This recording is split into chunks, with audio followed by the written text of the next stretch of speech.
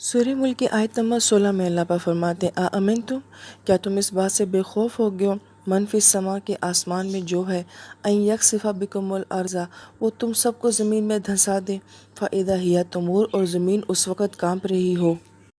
اب یہ آیت مبارکہ پچھلی آیت مبارکہ سے بالکل مختلف ہے۔ پچھلی آیت مبارکہ میں زمین میں چلنے کا ذکر تھا، اس کے رزق کا ذکر تھا، اس کی معدنیات اور اس کے خزانوں کا ذکر تھا، گویا کہ زمین کو ایکسپلور کرنے کا ذکر تھا۔ لیکن یہ آیت مبارکہ یہ کہہ رہی ہے کہ یہی زمین تمہیں نگل بھی سکتی ہے، تم سب زمین کے اندر دھسا بھی دیے جا سکتے ہو۔ مفسرین کرام یہ فرماتے ہیں کہ اس کا جواب یہ ہے کہ اگر انسان اس دنیا کے ظاہر کے اندر گم ہو جائے اور اسی کو اپنا مقصد بنا لے تو یہی زمین اس کو ایک دوسرا منظر بھی دکھا سکتی ہے۔ اس آیت مبارکہ کے ضمن میں مفسرین کرام جو بہت خوبصورت نکتہ بیان فرماتے ہیں وہ یہ کہ ملک اور ملکوت میں فرق ہوتا ہے۔ اس سے پہلے ہم نے ملک اور مالک کے فرق کو بھی جانا تھا۔ ملک بادشاہ کو کہا جاتا ہے اور مالک وہ ہوتا ہے جو کہ چھوٹی چھوٹی باتوں کا بھی علم رکھنے والا ہوتا ہے۔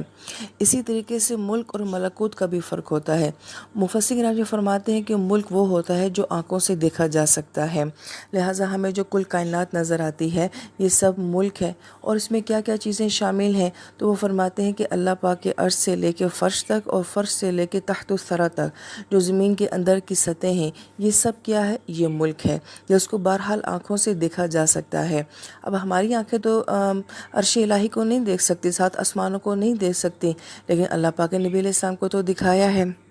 اور آسمان کو آسمانی مخلوق تو دیکھتی ہے، تو گویا کہ یہ ظاہری پہلو سے بات کی جا رہی ہے۔ اور ملکوت جو ہے مفسرین کرام یہ فرماتے ہیں یہ روحانی آنکھ سے نظر آنے والی چیز کو ملکوت کہا جاتا ہے، جس کو آپ ظاہر سے نہیں دیکھ سکتے مگر معنوی طور پر یا روحانی آنکھ سے جن کو دیکھا جا سکتا ہے۔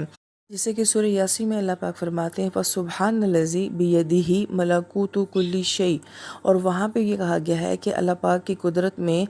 وہ چیزیں ہیں جو کہ ملکوت سے تعلق رکھتی ہیں، یعنی کہ روحانیت اور معنویت سے تعلق رکھتی ہیں۔ جبکہ اس صورت مبارکہ میں اللہ پاک نے فرمایا تبارک الذی بیدہ الملک، یہاں پہ اللہ پاک نے ملک کا ذکر فرمایا، سورہ یاسین میں ملکوت کا ذکر فرمایا ہے۔ تو جب ہمیں ملک اور ملکوت کا فرق سمجھ آ جاتا ہے تو مفسرین کرام یہ فرماتے ہیں کہ اللہ تعالیٰ نے اپنے ملک کو 3 حصوں میں تقسیم کیا ہوا ہے۔ ایک آسمانوں کی دنیا ہے جو کہ آسمانوں سے اوپر اوپر کی دنیا ہے، جس میں جنتیں ہیں، عرش ہے، اللہ پاک کی کرسی ہے، وہ سب اس میں شامل ہیں۔ اور ایک آسمانوں سے نیچے نیچے کی دنیا ہے جس میں زمینیں ہیں، دنیا ہے، اور زمین کے نیچے جہنم ہے، ان سب کا ذکر ہے۔ اور ایک خلائی نظام ہے، اور ان دونوں کے درمیان کی دنیا ہے۔ تو گویا کہ اللہ پاک نے پہلے ہم نے دیکھا کہ 7 آسمانوں کا ذکر کیا، آسمانی دنیا کا ذکر کیا، پھر اللہ پاک زمینی دنیا کا ذکر کرتے ہیں، اور اس میں اللہ پاک نے فرمایا کہ کھاؤ پیو، اس دنیا کو ایکسپلور کرو۔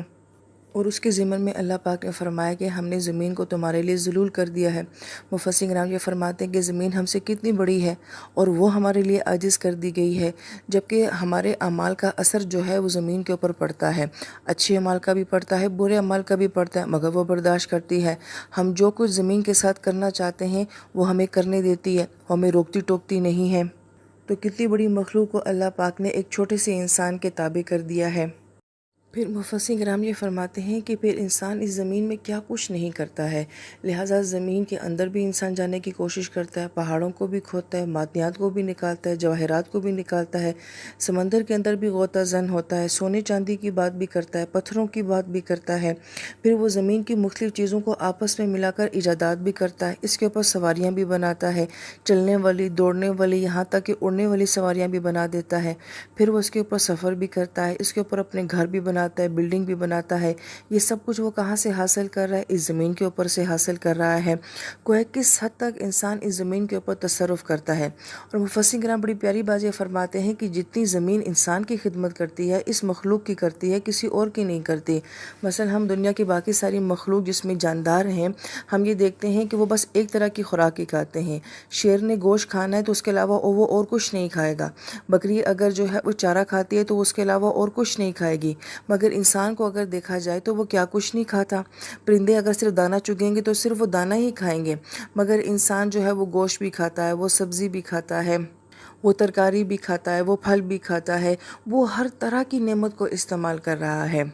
یہ بہت اہم اور گہرا نکتہ ہے کہ باقی ساری مخلوقات جو ہے وہ کسی ایک جہت سے اللہ تعالیٰ کی اس کائنات سے فائدہ اٹھا رہی ہے۔ صرف واحد انسان ایسا ہے جو فل فلیج جسے کہا جاتا ہے، مکمل طور پہ جو ہے اللہ تعالیٰ کی تخلیقات سے، اللہ تعالیٰ کے ملک سے جو ہے وہ فائدہ اٹھا رہا ہے۔ پھر مفسرین کرام یہ فرماتے ہیں کہ اس آیت مبارکہ پہ جتنا غور کیا جائے تو آپ اس کی وسعت میں آگے چلے جائیں کہ کیا کچھ جو ہے وہ انسان اس دنیا میں نہیں کرتا اور کیا کچھ جو ہے جو انسان اس دنیا میں استعمال نہیں کر رہا۔ پھر اللہ تعالیٰ نے جو آسمانی دنیا ہے وہاں کا نظام فرشتوں کے ہاں سپرد کیا ہوا ہے، لیکن جو زمینی نظام ہے اس کا اختیار اللہ پاک نے انسان کو دیا ہوا ہے۔ اب اللہ پاک یہ کل جہان انسان کے لیے کھول کے صرف اتنی بات یہ فرماتے ہیں کہ سب کچھ کرو مگر میری اطاعت کے ساتھ کرو، میری یاد کے ساتھ کرو۔ بس اللہ تعالیٰ کا ایک ہی تقاضا اپنے بندے کے ساتھ ہے کہ سارا جہان تمہارے لیے، تم بس میرے لیے ہو۔ یہاں پہ مفسرین کرام بہت پیاری بات یہ فرماتے ہیں کہ جب یہ کل جہان انسان کے لیے ہے تو ظاہری بات ہے کہ انسان اس جہان میں مشغول تو ہوگا، لیکن اللہ پاک نے اپنے بندے کے لیے کتنی آسانی کی ہے کہ اللہ پاک فرماتے ہیں کہ مجھے یاد رکھ کے تم نے یہ سب کچھ کرنا ہے۔ تو ایک تو اللہ تعالیٰ کی یاد کا تعلق ہے ہمارے نمازوں کے ساتھ، مساجد کے ساتھ، تلاوتوں کے ساتھ، تہجد کے ساتھ، بیت اللہ کے ساتھ ہے، اور یہ اللہ پاک نے انسان کے ساتھ بہت کم تقاضا کیا ہے۔ لیکن اللہ پاک نے اس معاملے کو اتنا آسان کیسے کر دیا ہے کہ اگر تم اس کل کائنات کو، اللہ پاک کی ہر نعمت کو صرف شریعت کے اصول کے مطابق یا اللہ تعالیٰ کی بتائے ہوئے طریقے کے مطابق استعمال کرو تو تمہاری دنیا ہی تمہارا دین بن جاتی ہے۔ مثلا ایک انسان رزق حلال کما رہا ہے، پھر وہ اللہ تعالیٰ کی دی ہوئی نعمتوں میں اسراف نہیں کرتا، مثلا بلا وجہ پانی ضائع نہیں کر رہا، رزق کو ضائع نہیں کرتا، اس میں اسراف نہیں کرتا، کسی مخلوق کو جو ہے وہ اذیت نہیں دیتا، خود بھی جیتا ہے، دوسروں کو بھی جینے دیتا ہے۔